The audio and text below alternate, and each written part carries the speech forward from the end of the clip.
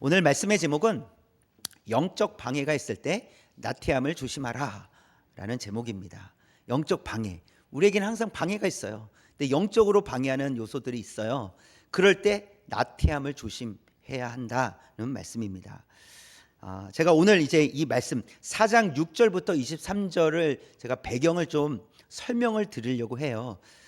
굳이 설명을 하지 않아도 괜찮긴 하지만 그래도 에스라서가 어떻게 기록되어 있는지, 왜 에스라서 4장에는 이렇게 기록이 되어 있는지를 알고 넘어가야 되기 때문에 제가 배경을 좀 설명드리려고 합니다. 자, 먼저는 에스라서는 1차, 2차 포로 귀환자들의 이야기를 기록한 내용입니다. 기록한 내용입니다. 그래서 남유다가 바벨론에 의해서 멸망하게 되고, 멸망한 이후에 세 차례에 걸쳐서 포로 귀환을 하게 되는데, 1차, 2차 포로 귀환은 이 에스라서에 기록이 되어 있어요.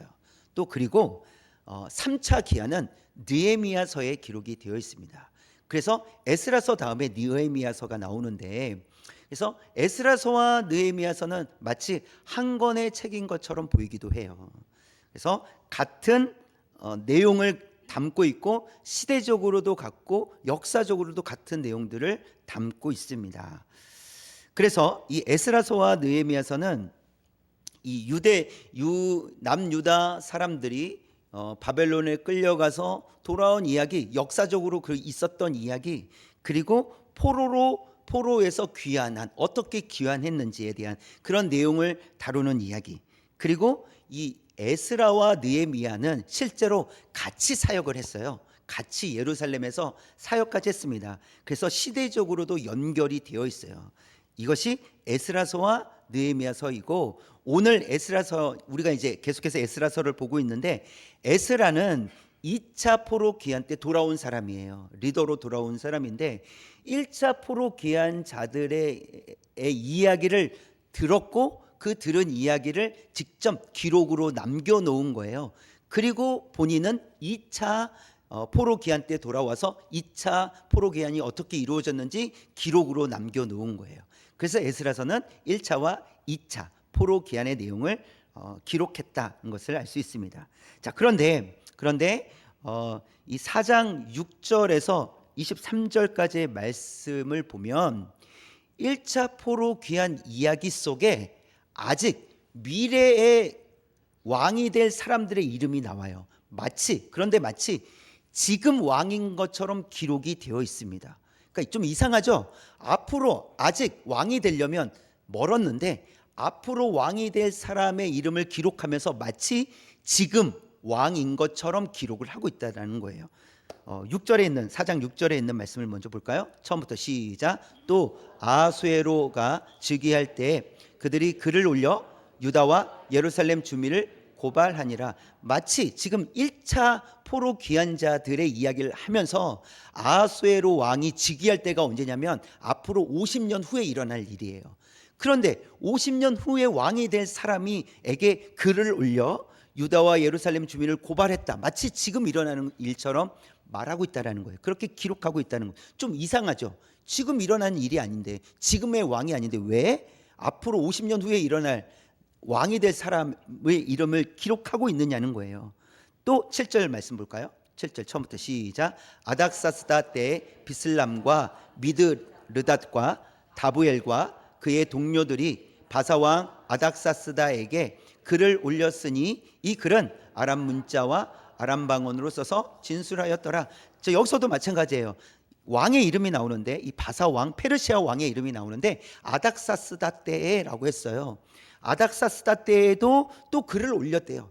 그러니까 방해하는 글을 올렸다, 이런 의미인데, 이 아닥사스다는요 1차 포로 귀환자들의 시점에서 보면 약 70년 후에나 왕이 될 사람이에요. 한참 남아있는 사람이잖아요. 그런데 왜 지금 지금 왕인 것처럼 왕에게 글을 올렸다, 이런 표현을 하느냐라는 거예요.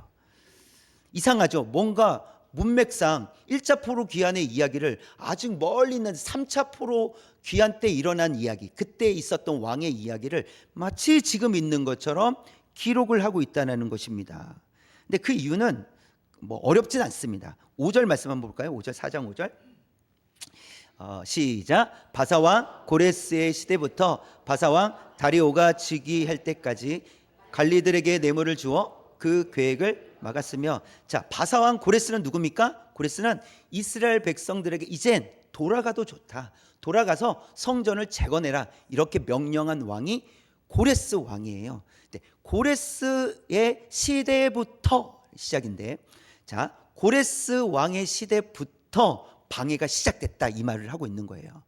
회방을 놓았다, 이 말을 하고 있는데, 근데 그 방해가 언제까지 계속 이어지는 거예요? 2차 포로 귀환 돌아올 때도 방해가 있었고 3차 포로 귀환해 올 때도 방해가 있었다라는 거예요. 그래서 아하수에로 왕 때도 방해가 있었고, 아닥사스다 70년 후에 왕이 될 아닥사스다 그때에도 방해가 있었다는 것을 말씀하고 있는 거예요.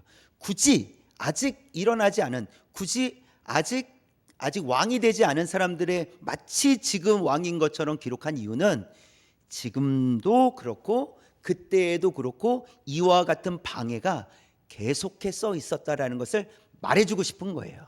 이 말을 해주고 싶은 거예요.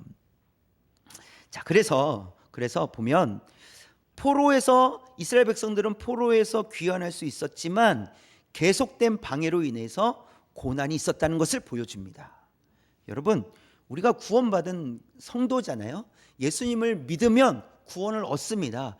예수님을 믿음으로 우리는 구원받아요. 그런데 구원받은 성도이지만 여전히 영적인 방해가 우리에게 있다는 것을 보여줍니다. 이스라엘 백성들이 해방되어서 본국으로 돌아왔음에도 불구하고 방해가 계속 있었잖아요. 성전을 지을 수 없도록 만들었잖아요. 마찬가지로 하나님께서 우리를 구원해 주셔서 하나님의 자녀가 되었지만 이 땅에 살아가는 동안 계속해서 영적 방해가 있고 고난이 있을 거라는 것을 보여주는 것입니다. 여러분, 이렇게 방해가 지속되면서 실제로 이 이스라엘 백성들은 성전을 건축하는 것을 중단했어요. 그리고 거기서 끝난 것이 아니라 영적으로 나태해지는 상황에까지 이르게 됩니다. 중단한 걸로 끝난 것이 아니라 나태해졌다는 것을 오늘 말씀을 통해서 우리가 살펴볼 수 있습니다. 자, 그렇다면 방해가 계속될 때 우리는 어떻게 살아가야 되느냐는 것입니다. 방해가 계속 있을 것인데 그럼 우리는 어떻게 살아갈 수 있느냐, 어떻게 살아갈 것인가에 대한 것을 오늘 말씀의 본문을 가지고 함께 세 가지로 살펴보도록 하겠습니다. 첫 번째 보면 시작. 하나님의 대적자들의 공격을 조심해야 합니다. 네, 하나님의 대적자들이 나오는데 그 공격이 있을 거라는 거예요. 그리고 조심하라, 이렇게 말씀하십니다. 구원받은 성도들을 대적하는 세력들이 있는데 그것은 곧 하나님의 대적, 하나님을 대적하는 세력이다라고 성경은 말씀해 주고 있어요. 그러니까 성도의 대적이 아니라 하나님의 대적자들이다는 것을 말씀해 주시는데, 요한복음 15장 19절 처음부터 시작. 너희가 세상에 속하였으면 세상이 자기의 것을 사랑할 것이나 너희는 세상에 속한 자가 아니요 도리어 내가 너희를 세상에서 택하였기 때문에 세상이 너희를 미워하느니라. 여기서 보시면 너희가 세상에 속하였으면 세상이 너희를 사랑하겠지만 그러나 너희는 세상에 속한 자들이 아니라 나에게 속한 자이기 때문에 세상이 너희를 미워한다, 이렇게 말씀하시는 거예요. 그래서 우리는 공격을 받을 수 있고 방해를 받을 수 있고 고난을 받을 수 있다는 것을 말씀해 주시는 거예요. 세상이 나를 사랑하잖아요. 세상이 나를 사랑하면 세상에서 누릴 수 있는 것들을 마음껏 누리며 살아가게 해준다는 거예요. 그런데 그것이 선한 일은 아닙니다. 선한 일도 있지만 악한 일을 하면서도 그것이 나에게 주는 유익이라고 하면서 살아갈 것이라는 거예요. 그래서 세상에 속하였으면 그것이 당연하다고 생각하며 살아가겠지만 우리가 예수님께 속한 자들이기 때문에 세상이 우리를 싫어한다, 이렇게 말씀하시는 겁니다. 그래서 예루살렘 성전 재건은 하나님의 뜻을 따라 이루어지는 것이잖아요. 그래서 하나님의 뜻을 따라 성전을 재건하려고 했더니 방해하는 세력들이 나타난 겁니다. 그들은 누구의 대적자가 되는 겁니까? 하나님의 대적자라는 겁니다. 하나님의 대적자라는 거예요. 이 대적자들은 처음에는요, 협력자인 것처럼 다가옵니다. 마치 선한 사람인 것처럼 다가오는데 4장 2절에 있는 말씀을 한 번 더 보면 붉은 글씨 시작. 우리도 너희같이 너희 하나님을 찾노라. 우리도 너희같이 너희 하나님을 찾노라. 우리도 당신들이 믿는 하나님을 믿습니다. 이렇게 이야기를 하는 것이죠. 그러나 우리가 지난주에 살펴봤지만 어떻게 했습니까? 그들의 요구를 거절했습니다. 거절했어요. 거절당한 사람들은 그 다음에 어떻게 변합니까? 방해자로 변합니다. 방해자. 성전을 재건할 수 없도록 방해한다는 것입니다. 사실 이들은 처음부터 방해자였다는 것을 보여주고 있는 거예요. 협력자인 것처럼 선한 사람들인 것처럼 다가왔지만 결국은 처음부터 방해자였다. 협력할 마음이 없었다는 것을 보여줍니다. 여러분, 지금은 조금 전략을 바꿨지만 신천지 같은 이단들, 특별히 신천지는요, 초창기에는 어떻게 교회 안으로 침투해 들어왔습니까? 성도인 것처럼, 선한 성도인 것처럼, 그래서 믿음이 좋은 성도인 것처럼 들어옵니다. 그리고 봉사도 하고 열심히 해요. 예배도 빠지지 않고요, 봉사도 빠지지 않습니다. 열심히 합니다. 그리고 하는 일이 무엇이었냐면 이간질시키는 것이었어요. 성도와 성도 사이를, 목회자와 성도 사이를 이간질시킵니다. 그럼 어떤 일이 일어날까요? 서로 갈등하게 되고, 서로 싸우게 돼요. 서로 오해하게 되고, 서로 왜 뒤에서 나에게 이런 말들을 하고 다니냐, 이런 말들을 하게 되죠. 그래서 결국은 교회가 반으로 쪼개지게 돼요. 아니, 또 때로는 교회가 아예 사라지게 되기도 합니다. 어떤 생각을 가지고 들어온 거예요? 교회를 무너뜨리겠다라는 생각을 가지고 교회에 들어오는 그런 전략이었다라는 것이죠. 그래서 처음부터 선한 성도인 것처럼 들어왔지만 처음부터 어떤 마음으로 들어온 겁니까? 방해자로 교회를 무너뜨리기 위해서 들어왔다는 것입니다. 이러한 대적자들은 구약 시대에도 있었고요, 예수님 당시에 신약 시대에도 있었고요, 지금도 계속해서 있습니다. 계속해서 활동하고 있어요. 그래서 이런 대적자들이 있기 때문에 조심해야 된다는 것을 우리에게 말씀해 주시는 거예요. 에스라서 4장에 보니까 이 대적자들이 다양한 방법으로 공격을 해요. 오늘 말씀을 통해서 어떤 방법으로 공격하는지 좀 보면 5절에 있는 말씀을 볼까요? 뭐라고 써 있으면 붉은 글씨 시작. 뇌물을 주었다, 이렇게 돼 있습니다. 뇌물을 주어서 방해를 했다, 이렇게 말씀하고 있어요. 제가 한 가지 예화를 좀 말씀을 드릴게요. 많이 웃기지는 않는데 웃기면 웃으시면 돼요. 옛날에 까치와 깨꼬리와 까마귀가 자기 목소리가 제일 예쁘다고 막 주장하기 시작합니다. 만나면 내 목소리가 제일 예뻐, 내가 노래할 때 가장 예뻐, 아름다워, 막 이렇게 까치와 깨꼬리와 까마귀가 그렇게 막 싸우는 거였어요. 그런데 서로 다 자기가 잘났다고 하니까, 가장 예쁘다고 하니까 안 되겠다. 그러면 우리 동물의 왕 사자에게 가서 한번 판단을 받자. 누가 가장 아름답게 노래하는지 가서 한번 불러보자 하고 사자를 찾아갑니다. 사자를 찾아갔는데 사자가 바빴는지 10일 후에 와. 나 바빠 하면서 돌려보내요. 10일 후에. 그래서 10일 동안 무엇을 했겠습니까? 막 연습했겠죠. 막 연습했겠죠. 그런데요, 연습을 안 한 까마귀는, 연습을 안 하고 까마귀는 무슨 일을 했냐면 10일 동안 열심히 사자를 찾아갔어요. 매일매일 뭔가를 들고 갔어요. 사자가 좋아할 만한 것들을 들고 갑니다. 그리고 이제 10일이 지났어요. 그리고 이제 사자 앞에서 그 새가 한 마리씩 노래를 부르기 시작합니다. 까치도 노래 부르고 깨꼬리도 노래 부르고 까마귀도 노래를 불러요. 그러면서 이제 사자가 이제 판단을 내립니다. 누가 1등했을까요? 왜 까마귀가 1등했을까요?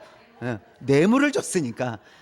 사자가 어떻게 말하냐면, 까마귀의 노래는 제일 탁하기는 하지만, 이 말 다른 말로 바꾸면 제일 못 부르긴 하지만, 이 말이에요. 탁하긴 하지만 가장 힘이 있어. 까까 이러면서 가장 힘이 있어. 그래서 최고야. 이렇게 결론을 내렸다라는 거예요. 여러분, 바르지 않는데 뇌물은 그런 요소로 쓰입니다.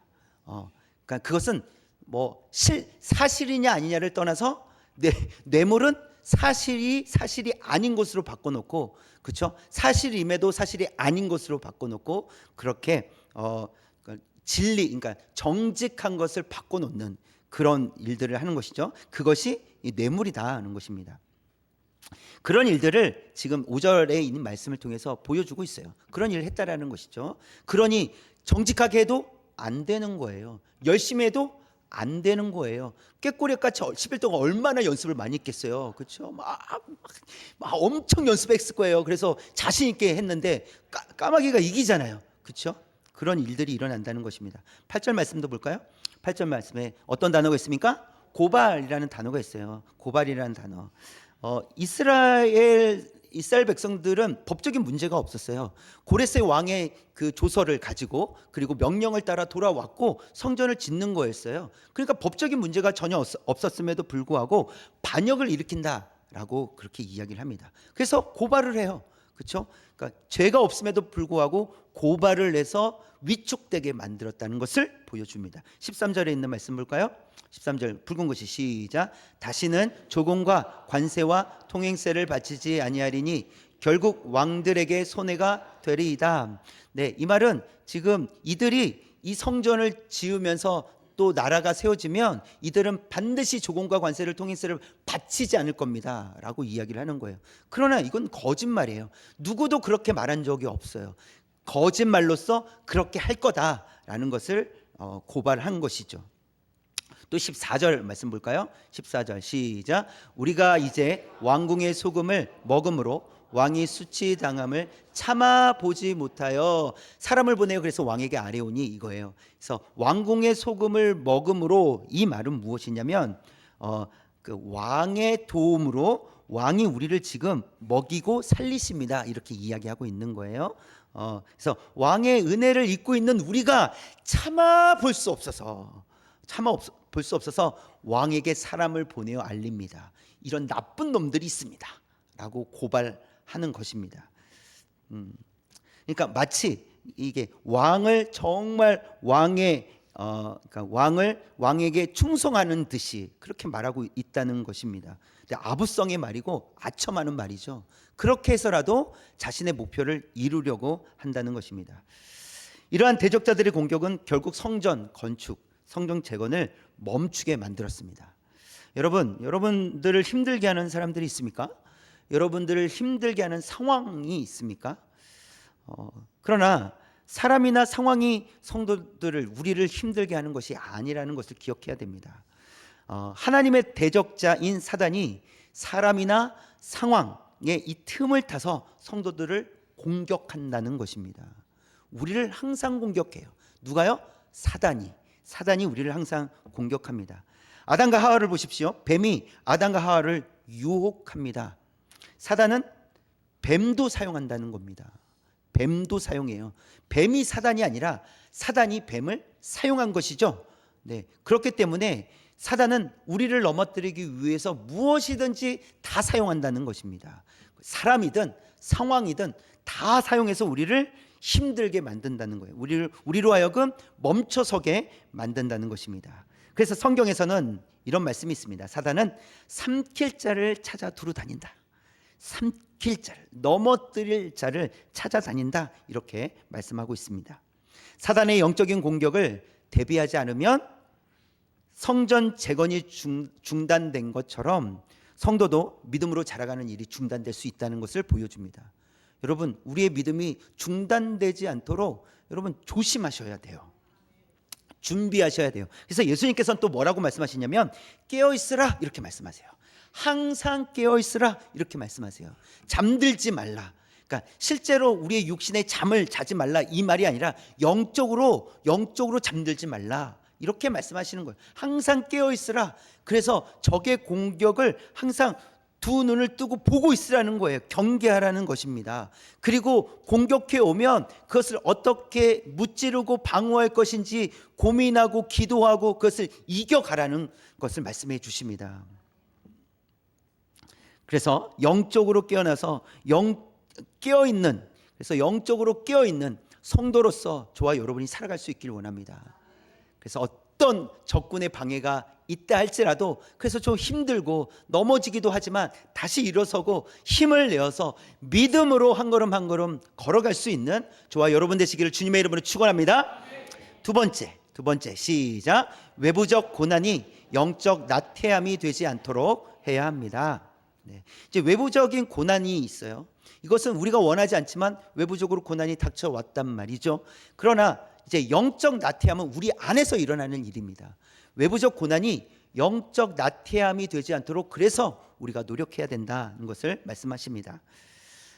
대적자들의 방해는 성공했어요. 그래서 성전 건축이 중단되고 맙니다. 4장 24절 처음부터 시작. 이에 예루살렘에서 하나님의 성전 공사가 바사왕 다리오 2년까지 중단되니라. 다리오 제2년까지 중단이 되었다라고 말씀을 하십니다. 이렇게 성전 공사가 중단이 되었는데 몇 년 동안 중단되었습니까? 16년, 약 16년 동안 중단이 됩니다.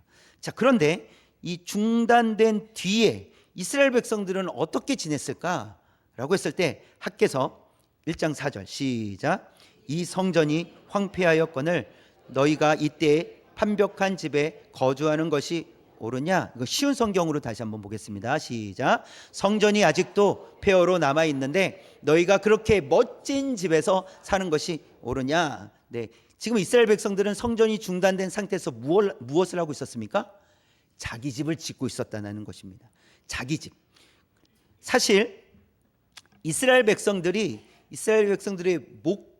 목표는 예루살렘으로 돌아오는 것이었고 돌아와서 성전을 재건하는 것이 가장 먼저 있었던 목표였어요. 그런데 대적자들에 의해서 성전 건축이 중단이 됐습니다. 그리고 한 일이 사실은 그럼에도 불구하고 성전을 지어가야 되는데 그렇게는 하지 못하고 자기 집을 지었다는 것을 말씀해 주고 있어요. 외부적인 고난을 핑계 삼아서요, 해야 할 일은 하지 않고 그리고 다른 일에 몰두해 있었다는 것을 말씀해 주고 있습니다. 여러분,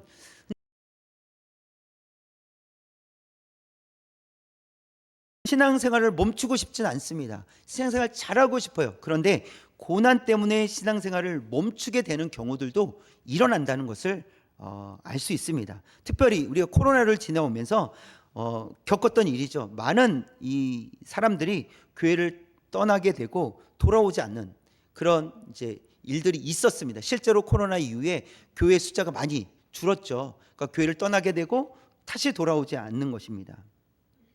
이렇듯 힘든 일이 닥치거나 어려움이 있을 때 예배를 멈추기도 하고 기도를 멈추기도 한다는 것입니다. 여러분, 사단은 이런 고난, 고통을 그냥 넘어가지 않는다는 것입니다. 그것을 그 틈을 타고 들어와서 우리로 하여금 예배 생활을 멈추게 하고 기도를 멈추게 하고 하나님 말씀 듣는 것을 멈추게 한다는 것입니다. 그것이 이제 분명히 외부적인 그런 고난이나 외부적인 공격 때문이었는데 이제는 외부적인 공격이 아니더라도 우리 안에서 멈춰서 있는 거예요. 그래서 외부적인 어려움이 우리를 영적으로 나태하게 만들 수 있다는 것을 기억해야 됩니다. 이제는 외부적인 공격이 없어도 그것이 사라졌어도 우리 스스로 나태함 속에서 살아갈 수도 있다는 것을 기억하셔야 돼요. 그래서 하나님의 뜻에는 무관심하고 또 성도로서 삶의 목적을 상실하게 되고 말씀에 대한 예배에 대한 기대가 떨어지고 또 말씀이 전혀 나에게 와닿지도 않는 것 같고 또 말씀과 삶이 물과 기름처럼 하나 될 수 없는 그런 삶을 살아갈 수 있다는 것입니다. 그런데 이런 증상이 왜 나타난다고요? 나태해졌기 때문에 나타난다는 것입니다. 영적으로 나태해지면 이런 증상이 나타나게 되는 거예요. 말씀에 관심이 없어요. 예배를 오늘 예배를 좀 쉴까? 이런 생각도 들고 마음이 그렇다는 겁니다. 마음이 실제로는 하나님 앞에 예배 드려야 된다는 것이 맞다, 그것이 옳다라고 생각해도 우리가 나태해지면 오늘은 좀 쉴까? 라고 생각하게 된다는 것입니다. 이게 나태함이죠. 그러나 우리가 이 고난에 대해서 성도는 성경적으로 볼 수 있는 힘을 길러야 됩니다. 성경에선 고난에 대해서 무엇을 어떻게 말씀하고 있는지, 우리가 생각할 때는 고난은 나를 힘들게 하는 것, 나를 넘어뜨리는 것쯤으로 생각을 한다면 성경을 조금 다르게 이야기하고 있다는 것을 볼 수 있어야 되는데요. 베드로전서 4장 12절 처음부터 시작. 사랑하는 자들아, 너희를 연단하려고 오는 불시험을 이상한 일 당하는 것 같이 이상히 여기지 말고, 네, 사랑하는 자들아 라고 말씀하시면서 불시험을 이상한 일 당하는 것 같이 그렇게 이상히 여기지 말라. 그 불시험을 통해서 너희를 연단시키신다라는 말씀하십니다. 그래서 시험, 유혹, 고난은 그것이 고난으로 끝이지 않고 연단이 된다라고 말씀하십니다. 또 야고보서 1장 3절 말씀에서도 시작. 이는 너희의 믿음의 시련이 인내를 만들어내는 줄 너희가 알미라. 믿음의 시련, 유혹, 우리를 고통스럽게 했던 그 일들을 통해서 우리가 인내하게 되고요, 결국 그 인내를 통해서 소망을 이뤄가게 된다는 것을 말씀해 주고 있습니다. 성경은 고난에 대해서 다르게 말씀하고 계시다는 것을 우리가 이해할 수 있어야 됩니다. 우리의 생각과 다르다라는 것이죠. 그래서 하나님의 말씀은 고난은 그냥 고난으로 그치지 않는다. 고난을 통해서 우리로 하여금 성장해 갈 수 있도록 축복하신다라고 말씀해 주고 있습니다. 여러분, 속담에 비온 뒤에 땅이 굳어진다라는 말이 있어요. 그렇죠? 비온 뒤에 땅이 굳어진다. 이것은 어려운 일을 겪은 이후에 더 좋아진다, 더 완성된다, 이런 의미잖아요. 성도도 마찬가지라는 것입니다. 우리도 고난이 있을 거라는 겁니다.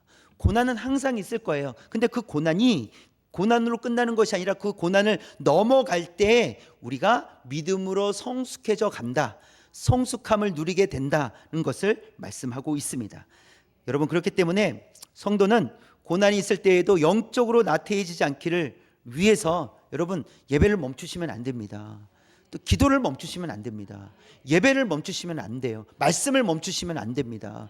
항상 하나님의 말씀에, 또 기도하는 곳에, 또 예배의 자리에 항상 사모하며 나아가야 됩니다. 그래서 하나님을 찾고 부르짖는 그런 삶을 살아갈 때 우리가 나태해지지 않고 말씀으로 또 승리하며 말씀으로 이기게 될 줄 믿습니다.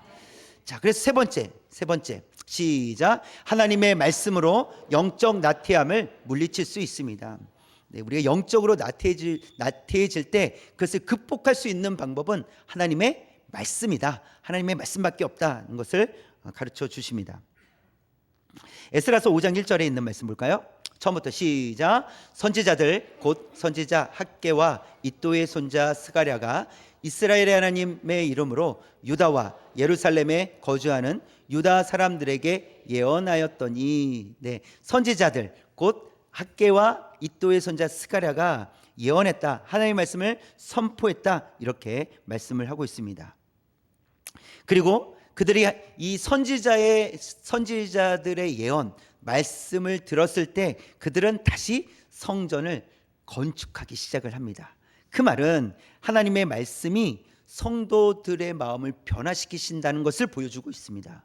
하나님의 말씀만이 우리를 변화시키시는데 이것이 변화는 더 발전시킨다라는 의미로서 변화를 우리에게 허락하신다는 것을 보여줍니다. 그래서 에스라서 5장 2절에 보면 처음부터 시작. 이에 스알디엘의 아들 스룹바벨과 요사닥의 아들 예수아가 일어나 예루살렘에 있던 하나님의 성전을 다시 건축하기 시작하며 하나님의 선지자들이 함께 있어 그들을 돕더니, 네, 하나님의 선지자들이 함께 있어 그들을 도왔다라고 했어요. 어떤 방식으로 도왔을까요?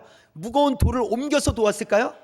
아니겠죠. 선지자들은 말씀으로 도왔다, 이 말입니다. 말씀, 하나님의 말씀으로 백성들을 향해서 위로하고 하나님의 말씀으로 또 때로는 책망하셨다는 것을 말씀해 주고 있습니다. 그래서 학개 선지자는 자기 집만 짓는 백성이 되지 말라고 그렇게 책망했죠. 책망하며 하나님의 말씀을 선포했습니다. 또 스가랴 선지자는 미래에 대한 소망에 대해서 백성들에게 이야기를 해줍니다. 스가랴 1장 17절에 있는 말씀 처음부터 시작. 그가 다시 외쳐 이르기를 만군의 여호와의 말씀에 나의 성읍들이 넘치도록 다시 풍부할 것이라. 여호와가 다시 시온을 위로하며 다시 예루살렘을 택하리라 하라 하니라. 앞으로 일어날 일들을 말씀해 주고 있는 거예요. 앞으로 일어날 일들은 풍성해질 것이다, 풍부해질 것이다. 여호와께서 여러분들을 위로해 주십니다. 하나님께서 다시 예루살렘을 택하여 주십니다. 풍성하게 해 주실 것입니다 라고 위로의 말씀을 선포했다는 것을 말씀해 줍니다. 그래서 이렇게 선포된 하나님의 말씀을 통해서 다시 이스라엘 백성들의 마음이 다시 변화되어서 성전을 건축하는 일에 마음을 쏟았다는 것을 알 수가 있습니다. 여러분, 디모데후서 3장 16절에서도 하나님의 말씀은 교훈과 책망과 바르게 함과 의로 교육하게 유익하다, 이렇게 말씀하세요.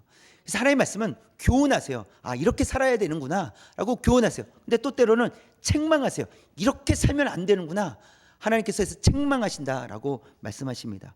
그래서 하나님께서는 교훈하시고 책망하셔서 우리로 하여금 바른 길을 갈 수 있도록 신앙인으로서, 그리스도인으로서 바르게 세워질 수 있도록 우리를 위로하시고 책망하신다는 것을 말씀해 주십니다. 그러면 이렇게 하시는 이유는 무엇일까? 이것은 우리를 향한 하나님의 열심 때문입니다.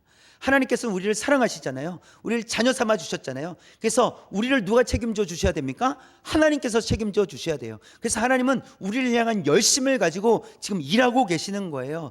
바른 길 갈 수 있도록, 믿음의 길을 갈 수 있도록 하나님께서 우리를 위로하시기도 하시고 교훈하시기도 하시고 우리에게 책망하시기도 하시면서 우리로 하여금 하나님의 뜻대로 바르게 살아갈 수 있도록 우리를 인도해 주신다는 것입니다. 그러면 우리의 열심이 필요해요. 어떤 열심이 필요합니까? 하나님의 말씀을 따라 살겠다고, 하나님의 말씀을 따라 순종하며 살겠다고 하는 열심이 우리에게도 필요한 겁니다. 우리는 우리의 열심을 따라 살아가고, 하나님은요, 하나님의 열심을 따라 또 하나님께서 일하시고 계시다는 것입니다.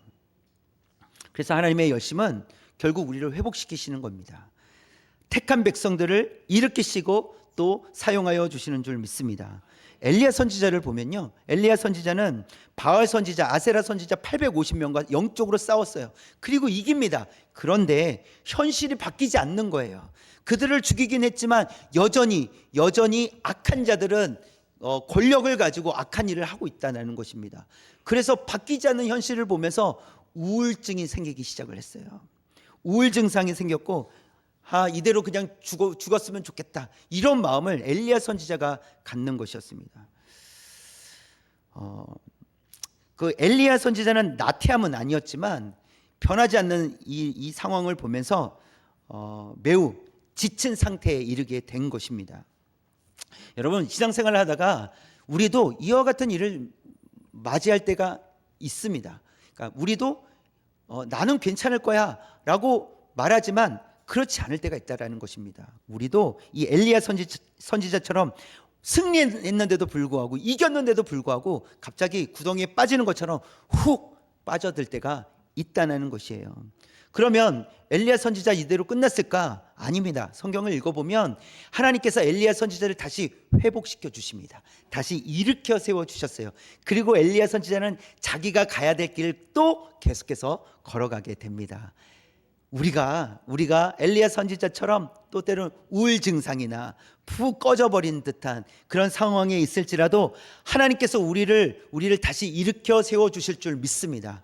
하나님만이 우리를 바르게 세워주신다는 거예요. 그래서 그러면 하나님은 어떻게 우리를 세워주실까? 하나님께서 우리를 어떻게 회복시켜 주실까? 또 히브리서를 보면 볼까요? 4장 12절 시작. 하나님의 말씀은 살아있고 활력이 있어 좌우의 날선 어떤 검보다도 예리하여 혼과 영과 및 관절과 골수를 찔러 쪼개기까지 하며 또 마음의 생각과 뜻을 판단하느니, 하나님의 말씀은 살아있어서 우리의 생각과 우리의 뜻을 판단하신다, 이렇게 말씀하시는데요, 이것은 죄와 연결을 시키면 죄에 대해서 하나님께서 그냥 넘어가시지 않으시겠다는 겁니다. 죄에 대해서 징계하시고 반드시 그 죄를 제거하겠다라고 말씀하시는 거예요. 그래서 숨겨져 있는, 숨기고 싶은 그 모든 것들 다 끄집어내신다는 거예요. 그리고 우리의 생각과 뜻을 다 판단하시고 죄를 없이 하시고 제거하시고 하나님께서 우리를 새롭게 해주시겠다라고 말씀하십니다. 자, 이런 후에 하나님께서 우리에게 말씀하십니다. 히브리서 4장 16절에 있는 말씀이에요. 시작. 그러므로 우리는 긍휼하심을 받고 때를 따라 돕는 은혜를 얻기 위하여 은혜의 보좌 앞에 담대히 나아갈 것이니라. 죄가 제거되었으니 이제는 하나님 앞에 담대히 나아가서 하나님의 은혜의 보좌 앞에 나아가서 하나님의 말씀의 은혜를 누리라, 이렇게 말씀하십니다. 하나님의 말씀만이 우리를 회복시켜 주시는 줄 믿습니다. 또 하나님께서도 말씀 가까이 나아가라고 말씀하세요. 하나님의 은혜 보좌 앞에 나아가라고 우리에게 말씀하십니다. 우리가 하나님의 은혜의 보좌 앞에 나아가서 하나님께서 주시는 말씀의 풍성함을 누릴 수 있기를 원합니다. 여러분, 우리가 찬송가 258장 앞에서 불렀어요. 258장은 불렀는데 이것을 작사한 사람이 윌리엄 카우퍼라는 사람이에요. 윌리엄 카우퍼라는 사람인데 이 스가랴서 말씀을 읽으면서 거기에 그 말씀에 묵상하면서 가사를 쓴 거예요. 스가랴서 13장 1절에 있는 말씀인데 시작. 그날에 죄와 더러움을 씻는 셈이 다윗의 족속과 예루살렘 주민을 위하여 열리리라. 그날이 오면 미래의 어느 날, 미래의 예수님께서 다시 오실 그날을 얘기하는 거예요. 회복의 그날, 죄와 더러움을 씻는 셈이 열리리라. 그 셈이 무엇일까라고 묵상하는데 깨닫게 되는 거예요. 한번 볼까요? 가사를 한번 보면 가사 시작. 샘물과 같은 보혈은 주님의 피로다. 보혈의 죄를 씻으면 정하게 되겠네. 이걸 깨닫게 된 거예요. 여러분, 말씀이 우리를 깨닫게 하십니다. 하나님의 말씀이 우리로 하여금 깨닫게 하시면 여러분, 이렇게 고백했던 말씀을 읽으며 말씀을 묵상할 때 깨달았던 이 사람은 어떤 삶을 살았을까요? 고난이 닥쳐와도 나는 예수의 보혈로 깨끗하게 되었습니다. 정하게 되었습니다. 두렵지 않습니다. 예수님 나와 함께 계십니다. 이렇게 고백하며 살아가지 않겠습니까? 하나님의 말씀이 우리에게 힘을 주십니다. 그러니까 우리가 하나님의 말씀을 붙들고 살아가는 것이 아니라 하나님의 말씀이 우리를 붙들어 주시는 줄 믿습니다. 그날의 죄와 더러움을 씻는 셈이 바로 예수 그리스도다. 이것을 깨달은 거예요. 얼마나 힘있게 살아가지 않겠습니까? 예수님이 나와 함께 계신다. 나를 정하게 하셨다. 나를 깨끗하게 하셨다. 이렇게 고백하며 삶을 살아갈 때 힘있게 살아가게 될 줄 믿습니다. 말씀은 성도 안에서 역사하여 삶을 변화시키시는 그 능력이 있는 줄 믿습니다. 여러분, 하나님의 말씀만이 우리를 변화시키십니다. 그래서 하나님의 말씀을 사모하라는 거예요. 하나님의 말씀을 읽어야 된다는 것입니다. 우리가 영적으로 나태해지지 않기 위하여 말씀으로 채우는 성도가 되길 원합니다. 그렇기 때문에 삶 속에서 말씀을 가까이 할 수 있는 방법들 여러분 찾으셔야 돼요. 내가 어떻게 말씀을 가까이 할 것인가, 언제 하나님의 말씀을 읽고 묵상할 것인가 반드시 결단하셔야 되고 반드시 그 시간을 지켜가셔야 됩니다. 말씀이 있어야 우리가 살아날 수 있습니다. 그래서 말씀만이 우리를 일으키시고 말씀만이 영적으로 풍성하게 하시고 말씀으로 인하여 십자가의 은혜를 깨닫게 하신다는 사실입니다. 하나님께서 우리를 통하여서 말씀을 통해서 우리를 깨닫게 하실 줄 믿습니다. 진리의 말씀으로 여러분, 우리를 묶고 있는 나태함, 그리고 은밀한 죄, 사단의 방해로부터 자유함을 얻으실 수 있길 원합니다. 진리, 하나님의 말씀만이 우리를 자유롭게 하시고 우리로 하여금 사단의 방해로부터 풀려나게 하시고 우리의 믿음으로 힘있게 살아가게 하실 줄 믿습니다. 하나님의 말씀으로 힘을 얻어 또 힘있게 믿음으로 살아가시는 우리 모든 성도님들 되시기를 주님의 이름으로 축원합니다. 기도하겠습니다.